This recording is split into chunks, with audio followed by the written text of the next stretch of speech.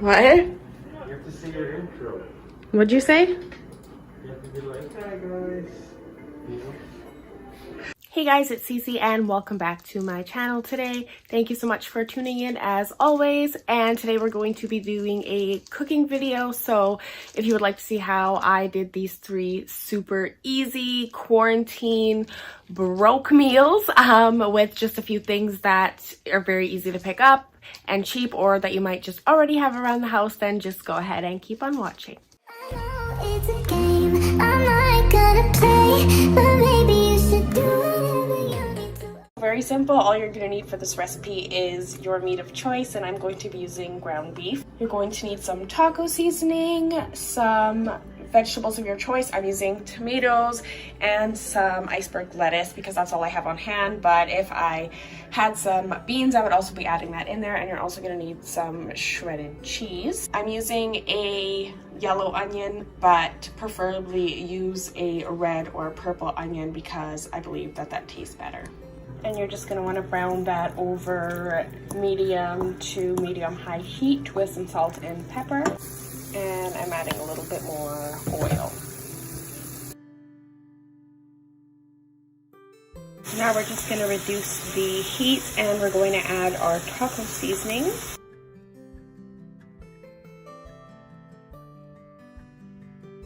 And I'm also going to be adding in some crushed chili peppers just for a little bit extra flavor. So now I've just gone ahead and put that in my strainer to drain all the excess fat. And over here I'm just going to get started on the rest of the salad. So we've got our lettuce all cut up and washed. Now we're going to be adding in some tomatoes. Once that's all cooled off, you're just going to add it in and just mix that all together. Now you're just going to add in your chips, your shredded cheese, and my all-time secret ingredient for this is Catalina dressing.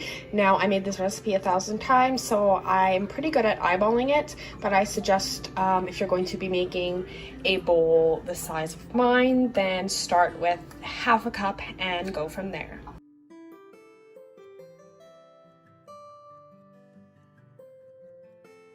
So I like to top mine up with a bit more chips. More shredded cheese, and serve it with some salsa and sour cream. So the next dish we're going to be making is a Filipino dish called menudo, and what you're going to need for this recipe is a package of menudo seasoning. You can get it at any Oriental store in the Filipino section. And you're also going to need some carrots, some bell peppers, some potatoes, and some chicken. So once you have got your desired amount of potatoes and carrots chopped up, and in my case I used about 5 potatoes and 3 large carrots, just going to want to throw them into the slow cooker along with 2 chopped bell peppers and 1 chopped onion. Now just throw some salt and give it a stir.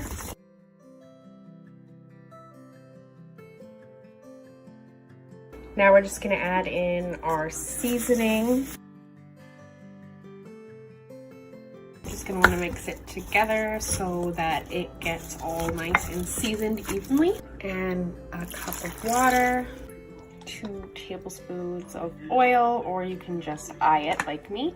Now just cover and cook on low for about 6 to 8 hours. So this part is optional, but it is not a true Filipino dish unless you make some rice. So I'm just going to make 2 cups of rice.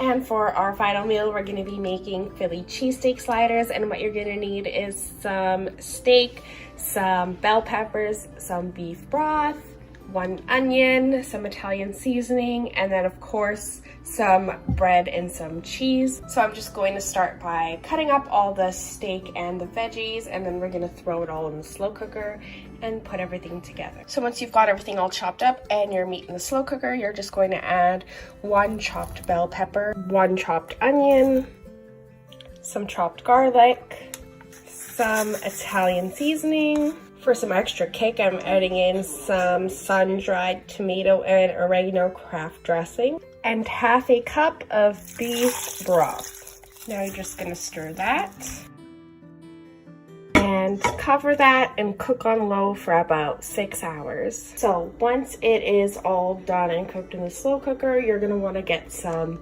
buns of any choice and some mayonnaise, or if you don't like mayonnaise, you can use something else, but I'm choosing to use mayonnaise, as well as some Swiss cheese, or again, any kind of cheese that you would like to use. So without separating them, you're just gonna cut them open and just spread on some mayo, add your cheese,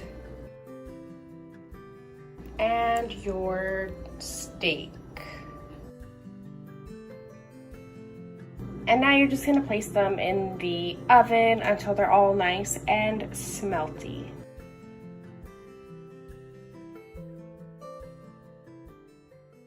And that concludes the tutorial for today. Thank you guys once again so much for joining me, and don't forget to subscribe if you enjoy this type of content. I post every week, at least once a week, so don't forget to hit that notification bell, and we'll see you next time.